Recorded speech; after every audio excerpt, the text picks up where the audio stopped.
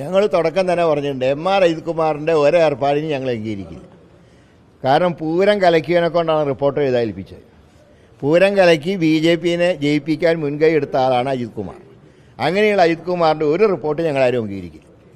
അതുകൊണ്ട് അജിത് കുമാറും എന്ന് പറഞ്ഞാൽ ഞങ്ങൾ കാണുന്നത് നരേന്ദ്രമോദിയുടെയും പിണറായി വിജയൻ്റെ ഒരു പാലാണ്.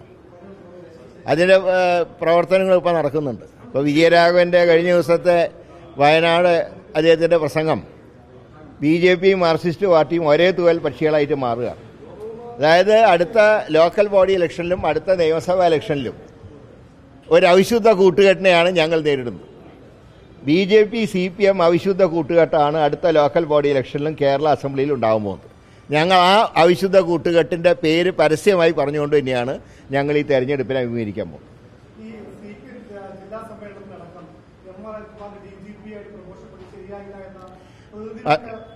കാരണം അവർക്ക് പിണറായിൻ്റെ ഡീൽ അറിയില്ലല്ലോ.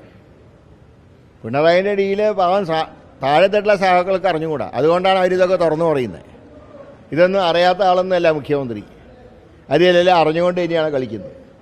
അജിത് കുമാറിനെ സംരക്ഷിക്കാനുള്ള മുഖ്യമന്ത്രിയുടെ ഒരു വ്യഗ്രത എന്താ? സംരക്ഷിക്കാതിരുന്നാൽ അദ്ദേഹം പല സത്യവും അജിത് കുമാർ വിളിച്ചു പറയും. അതുകൊണ്ടാണ്. പിന്നെ അജിത് കുമാറിൻ്റെ ധൈര്യം അടുത്ത തവണ UDF വന്നാൽ ഇയാൾക്ക് ഡൽഹിയിൽ പോകാമല്ലോ എന്നാണ്. പക്ഷെ ഇപ്പോൾ പ്രവർത്തിക്കുന്ന കേരള കേഡറിലാണ്. അതുകൊണ്ട് ഇങ്ങനെയൊക്കെ ചെയ്യുന്നതിൻ്റെ വലിയ വില അദ്ദേഹത്തിന് ഭാവിയിൽ നൽകേണ്ടി വരും. അത്രേ ഞാൻ പറയുന്നുള്ളൂ.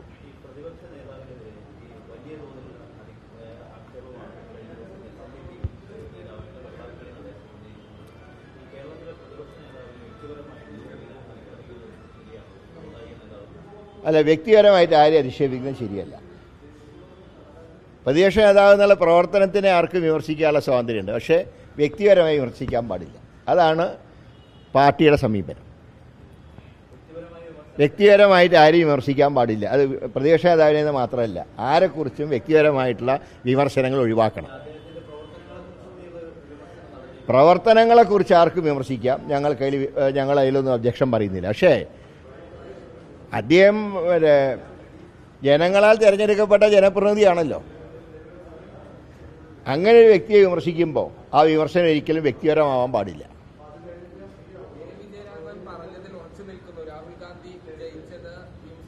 അതെ, അദ്ദേഹം അതായത് ഭൂരിപക്ഷ വർഗീയതയുടെ കൂടെയാണ് ഇപ്പോൾ മാർക്സിസ്റ്റ് പാർട്ടി. അതുകൊണ്ട് വിജയരാഘവനെ മാറ്റി പറയാൻ കഴിയില്ല. ഇത് വിജയരാഘവൻ്റെ അഭിപ്രായമല്ല, പിണറായിൻ്റെ അഭിപ്രായം. അതുകൊണ്ട് ഭൂരിപക്ഷ വർഗീയതയെ താലോലിക്കുന്ന സമീപനാണ് ഇനി CPM എടുക്കാൻ പോകുന്നത്.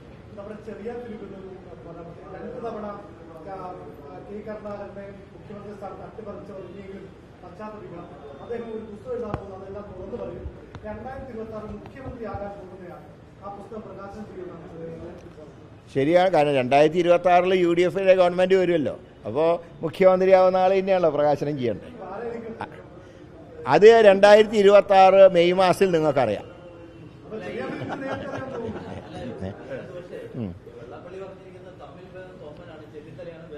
അല്ല, ഞങ്ങളുടെ പാർട്ടി നേതാവിനെ ഞങ്ങളുടെ ദേശീയ നേതൃത്വമാണ് തീരുമാനിക്കുക.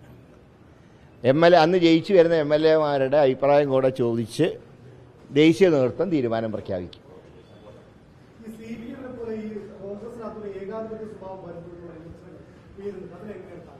ഇപ്പം അങ്ങനെ ഏകാധിപത്യമൊന്നും ഇല്ലല്ലോ. ഇപ്പോഴില്ല.